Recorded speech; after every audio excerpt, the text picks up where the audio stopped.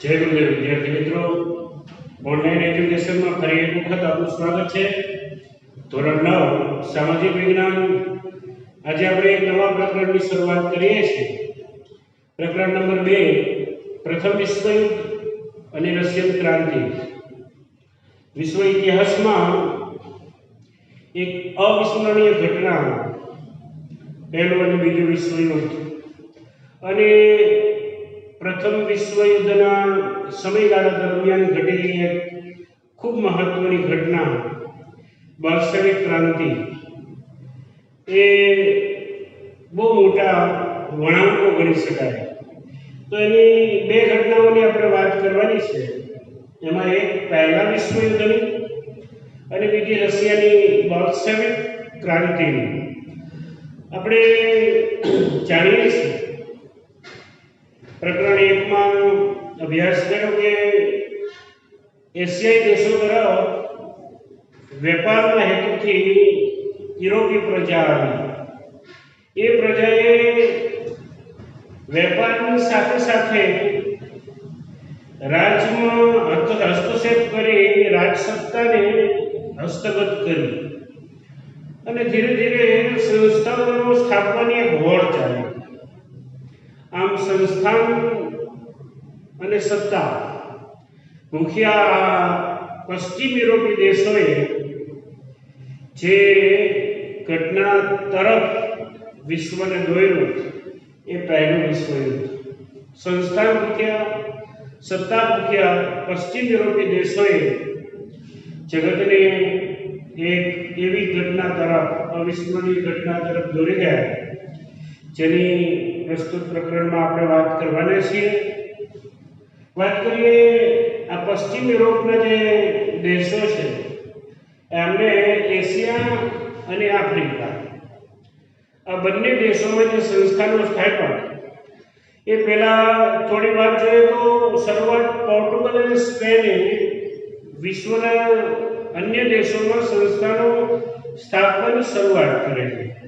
एमां स्पेन अग्रक्रमे हतुं। ए समय हतो के एमनी आसपासना जे राष्ट्रो हता एमने पण एमने बक्षेला नहीं। ए यूरोपीय देश नेदरलैंड, बेल्जियम, लक्ઝમબર્ગ के जेना पर स्पेने कब्जो मेळव्यो। ए ज अरसामां पोर्टुगलना शासकनुं निसंतान अवसान थयुं। एटले पोर्टुगल पण नजीकी संबंध होवाने कारणे लोहीना संबंधोने कारणे स्पेनना राजाना हस्तगत थयुं। आम 6 दायका जेटलो समय स्पेननो ए विस्तार परना आधिपत्यनो समय रह्यो। ए બધું સત્તા રહી। આ લાંબો ગાળો 60 વર્ષ ઉપરાંતનો સમય કે જે સમય દરમિયાન સ્પેન એ બધું સત્તા ભોગવતો રહ્યો। એ સમય દરમિયાન ફ્રાન્સ, ઓસ્ટ્રિયાએ જર્મનની જે સત્તા હતી એ આંચકી લીધી અને હસ્તગત કર્યું, ઇટલીને હસ્તગત કર્યું। પરિણામ એ આવ્યું કે એશિયા આફ્રિકામાં જ્યારે સ્વતંત્ર મૂવમેન્ટ શરૂ થઈ, થોડી એમની પકડ ઢીલી પડી એટલે એ લોકો સ્વતંત્ર થયા અને સ્વતંત્ર બન્યા પછી એ પોતાના માલિકોના રસ્તે ચાલ્યા। ચાહે ઇટલી હોય કે જર્મન હોય, એ પોતાના પૂર્વ માલિકોના રસ્તે ચાલતા વિશ્વ રાજનીતિમાં એક બહુ મોટો બદલાવ આવ્યો અને એ લોકોએ પણ એશિયાઈ દેશો જે છે તે પોતાની મજબૂત પકડ જમાવવાનું કામ શરૂ કર્યું। पहला प्रकरण में आपणे जोयुं के वेपारार्थी आवेली કેટલીક પશ્ચિમ યુરોપીય પ્રજા ભારતના અમુક વિસ્તારો ઉપર પોતાના સંસ્થાઓ સ્થાપી, સત્તાઓ સ્થાપી, એમાં અંગ્રેજો સર્વોપરી રહ્યા. હવે ભારત ઉપરની સર્વોપરી સત્તાની પ્રાપ્તિ થયા પછી ભારતના જે પડોશી દેશો હતા, શ્રીલંકા હોય, મ્યાનમાર હોય, મલાયા હોય, એ ઉપરાંત ચીન એ સમયનો ખૂબ મોટો વિશાળ પ્રદેશ, ઠીક છે, નાના રાજ્યોમાં પણ એ સમયે વહેંચાયેલો હતો, આંતરિક પ્રશ્નો હતા, એને કારણે સરળતાથી ક્યાંય વેપાર કરવા લાગી ગયા. એ સમયે એમને અફીણના વેપારની શરૂઆત મોટા પ્રમાણમાં કરી અને જેને કારણે 1839 થી લઈને 43 સુધી ચીન અને ઇંગ્લેન્ડ વચ્ચે યુદ્ધ થયા, જે મૂળ કારણ અફીણના વેપારને લઈને હતું. એટલે એ યુદ્ધો ઇતિહાસમાં અફીણ વિગ્રહ તરીકે ઓળખાય છે. આ અફીણ વિગ્રહમાં ચીનનો પરાસ્ત થયો. એટલે એક મોટા વિશાળ રાષ્ટ્રની એક નાના રાષ્ટ્ર સામે, એક વેપારી દેશ સામે પરાજય થવાથી એમની જે પકડ છે એ પોળ છતી થઈ ગઈ, અને જેને કારણે દુનિયાના અન્ય દેશો પણ ત્યાં પગદંડો જમાવવા માટે અમેરિકા, જાપાન, ફ્રાન્સ, રશિયા એ આવી ગયું છે. આમ ચીન ઘણા બધા નાના ભાગોમાં વહેંચાઈ ગયું. એ જ અરસામાં પશ્ચિમ એશિયાઈ ભાગો, રણ રેગિસ્તાન વિસ્તાર કે ત્યાં ખનિજ તેલની પ્રાપ્તિ થવાથી અને એ ચાલક બળ ખૂબ મહત્વનું હોય, ઇન્ડસ્ટ્રીયલ ડેવલપ થયું. એ સમયે ઔદ્યોગિક ક્રાંતિના આગળનો હતો, એટલે આવશ્યક સંચાલક બળ પેટ્રોલિયમ ત્યાંથી પ્રાપ્ત થયું. પરિણામે આ યુરોપીય દેશોએ, આ સંસ્થાન મુખ્ય રાષ્ટ્રોએ ત્યાં પોતાનો પગદંડો જમાવ્યો. આમ આ સમયગાળો એ હતો કે જે સમયે પશ્ચિમ યુરોપીય દેશો એશિયાના રાષ્ટ્રો પર પોતાનું વર્ચસ્વ જમાવ્યું. ચાહે ભારત હોય, ભારતના પડોશી દેશો હોય, પશ્ચિમ એશિયાઈ દેશો હોય, ત્યાં એક પછી એક પશ્ચિમ યુરોપીય દેશોએ પોતાના સંસ્થાનો સ્થાપ્યા અથવા તો કોઈ પ્રદેશ ઉપર પોતાની સત્તા હસ્તગત કરી. એ સમય દરમિયાન આફ્રિકાની ભૂમિ પર પગ પેસારાની શરૂઆત કરી. આપણે જાણીએ છીએ કે કેપ ઓફ ગુડ હોપ સુધી એ લોકો સરળતાથી આવજાવન કરતા હતા. આ સમય એટલે ઔદ્યોગિક ક્રાંતિનો યુગ હતો. ઔદ્યોગિક ક્રાંતિ થતાં બે આવશ્યકતાઓ ઊભી થઈ, એક રો મટીરિયલની અને બીજી તૈયાર થયેલા માલ માટે માર્કેટ, બજાર. એટલે વિશાળ આફ્રિકન પ્રાંતને તે લોકોએ ટાર્ગેટ બનાવ્યો અને શરૂઆત કરી આફ્રિકન દેશોની હસ્તગત કરવાની. અને આફ્રિકાના એ ક્ષેત્રોમાં ધીરે ધીરે શરૂઆત થઈ. યુરોપીય દેશમાં બેલ્જિયમના શાસક લિયોપોલ્ડ કે જેને કોંગો ઉપર સત્તા હાંસલ કરી. ત્યાર પછી ધીરે ધીરે દરેક પ્રદેશો ઉપર એ સત્તા, જેમ કે ઇજિપ્ત, પૂર્વ આફ્રિકા અને વિસ્તારો પર જર્મને આધિપત્ય મેળવ્યું. અને ઘણા બધા પ્રદેશો છે એના ઉપર, ચાહે ઇટલી હોય, જર્મન હોય, ફ્રાન્સ હોય, કે પોતપોતાના વર્ચસ્વ સ્થાપિત કર્યા અને આફ્રિકાને લગભગ સંપૂર્ણપણે પોતાના હસ્તગત કરી દીધું. ત્યાર પછી આંતરિક કલહનો ઊભો થાય એ હેતુથી જર્મનના મહત્વપૂર્ણ જે શહેર છે એ બર્લિન ખાતે એ પરિષદ યોજવામાં આવી અને એ પરિષદમાં આફ્રિકાના વિવિધ પ્રદેશો ઉપર સંસ્થાન ધરાવતા રાજ્યોએ વિભાજન કરી દીધું, વહેંચણી કરી દીધી. આમ સંપૂર્ણપણે આફ્રિકા આ સંસ્થાન ભૂખ્યા દેશોના આધિપત્યમાં આવી ગઈ. આમ ચાહે એશિયા હોય કે આફ્રિકા હોય, એના પ્રદેશો ઉપર આ સંસ્થાન ભૂખ્યા પશ્ચિમ યુરોપીય દેશોએ હકુમત જમાવી દીધી, પગપેક્ષરો કરી દીધો અને જેને કારણે જે ઘટનાઓ ઘટી એમાંની એક ઘટના છે ઇટલી અને જર્મનીનું એકીકરણ થયું. એટલે એમને ઇંગ્લેન્ડ અને ફ્રાન્સનો જે રસ્તો હતો એશિયા આફ્રિકાના દેશોમાં કાચો માલ લઈ જવો, તૈયાર કરેલા માલને વેચી. હવે એ રસ્તે ચાલવું એટલે ઔદ્યોગિકીકરણ અપનાવવું પડે, વ્યાપારીકરણ કરવું પડે અને સંસ્થાનીકરણ કરવું પડે.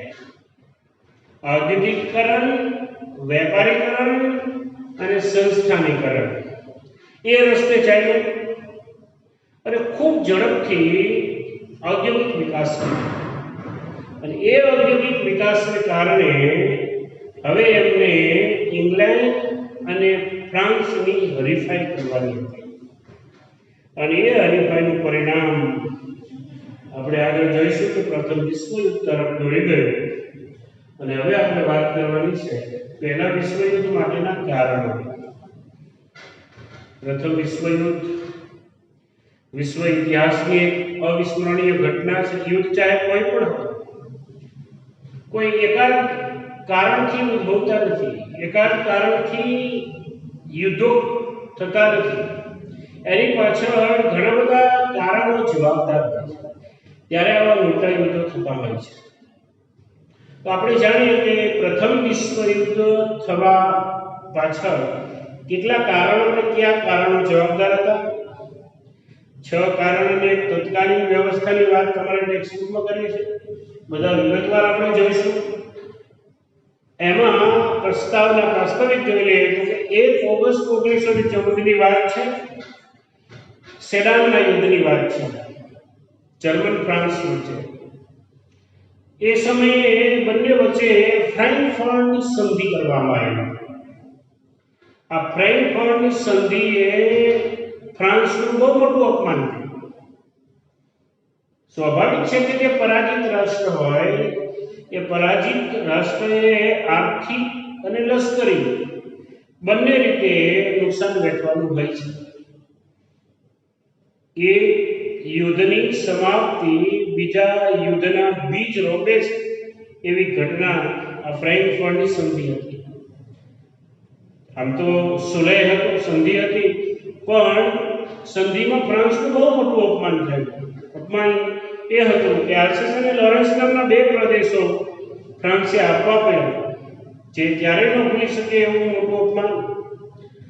આ ફ્રેન્કફર્ટની સંધિએ પ્રથમ વિશ્વયુદ્ધના બીજ રોપ્યા અને જેને કારણે પ્રથમ વિશ્વયુદ્ધ તરફ જતી ઘટનાઓનો ઘટમાળ શરૂ થયો. અને એમાંની પહેલી વાત મહત્વની ઘટના છે આર્થિક પરિબળ. આર્થિક પરિબળ 19મી સદીની વાત છે. ઔદ્યોગિક ક્રાંતિને કારણે યુરોપીય દેશોએ બહુ મોટા પ્રમાણમાં ઔદ્યોગિક ઉત્પાદનો શરૂ કર્યા અને એ પોતાને ત્યાંથી તૈયાર થતા ઉત્પાદનને એશિયા અને આફ્રિકાના સંસ્થાનોમાં વેચી અઢળક નાણું કમાવાની શરૂઆત કરી.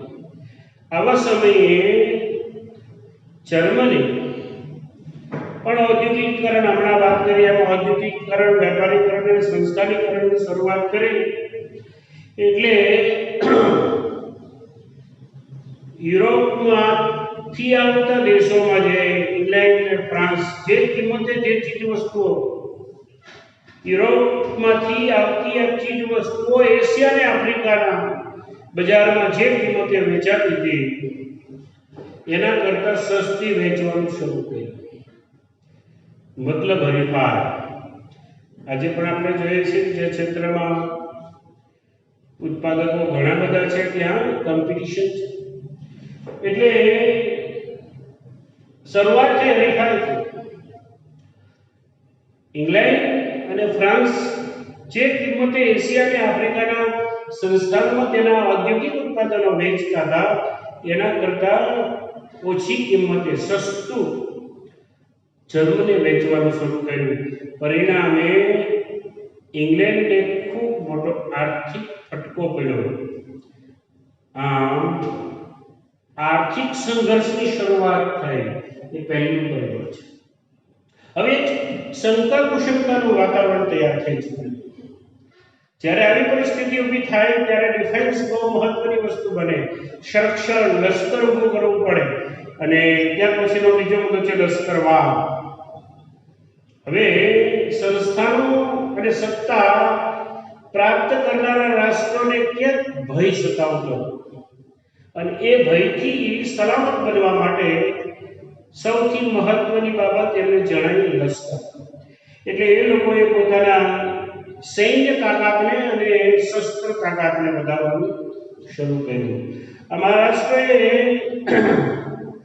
ચાહે જર્મન હોય, ઇટલી હોય, જાપાન હોય કે પછી ફ્રાન્સ, ઇંગ્લેન્ડ હોય, એકબીજાથી શંકા કુશંકાનું જે વાતાવરણ નિર્મિત થયું હતું અને એનાથી સિક્યોર બનવા માટે, સલામત બનવા માટેનો એમને માટે જે વિકલ્પ એ લોકોને દેખાણો, લશ્કર દેખાણો. એટલે એ લોકોએ પોતાના નાગરિકોને, યુવાનોને લશ્કરી તાલીમ આપી, લશ્કરી તાકાત વધારવી, શસ્ત્ર ઉત્પાદન વધારવું એ તરફ આગળ વધ્યા.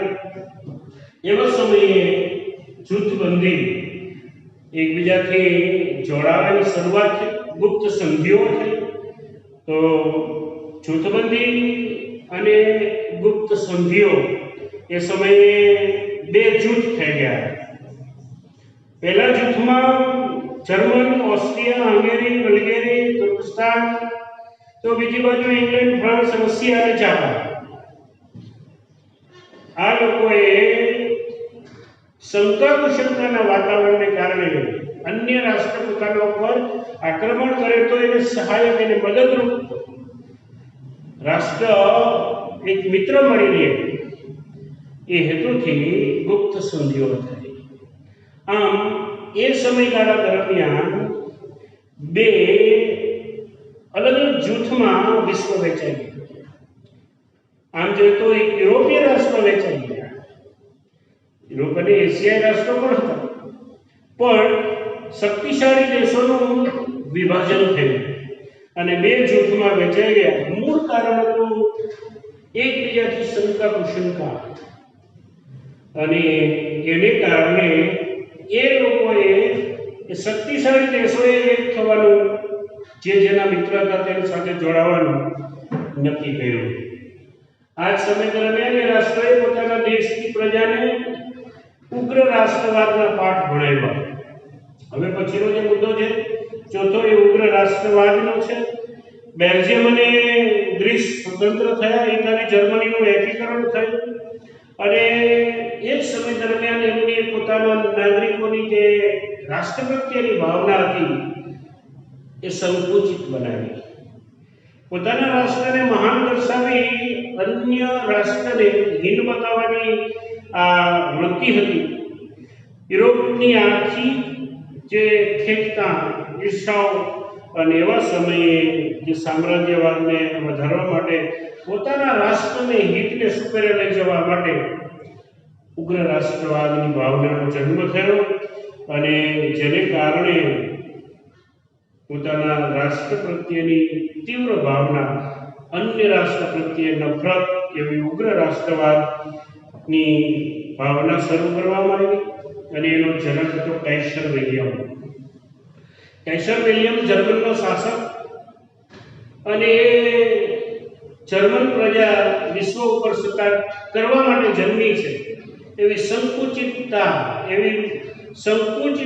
સંકુચિત માનસિકતા સાથે વિશ્વ ઉપર સત્તાના લાલચો પોતાની પ્રજાને દેખાવા લાગ્યો અને એક ઉગ્ર સંકુચિત રાષ્ટ્ર ભાવનાની શરૂઆત થઈ, જેને પરિણામે એ ઉગ્ર રાષ્ટ્રવાદની ભાવના પ્રથમ વિશ્વયુદ્ધ તરફ દોરી ગઈ.